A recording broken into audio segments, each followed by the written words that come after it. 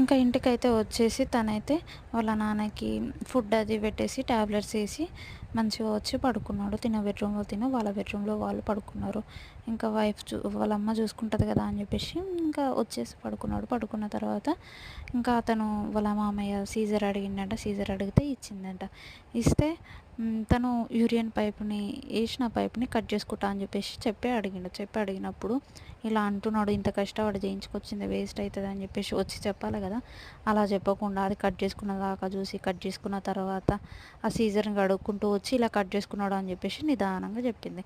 చెప్తే నువ్వేమన్నా పిచ్చిదానవా, అట్లా ఎందుకు చేసినావు, ఇన్ని రోజులు కష్టపడ్డదంతా పోయిందని చెప్పేసి ఇంకా అరుచుకుంటూ ఉంటే ఇంకా ఇక ఏం చేయలేక ఏం చేస్తాడు, సైలెంట్గా ఇక నైట్ అంతా నిద్రపోకుండా అలాగే ఉండి మళ్ళీ కాల్ చేస్తే మళ్ళీ చేయాలని చెప్పేసి చెప్తున్నారు. మళ్ళీ 50,000 కావాలి. ఆ 50,000 ఎక్కడి నుంచి తీసుకురావాలని ఇతను బాధపడుతూ కూర్చున్నాడు.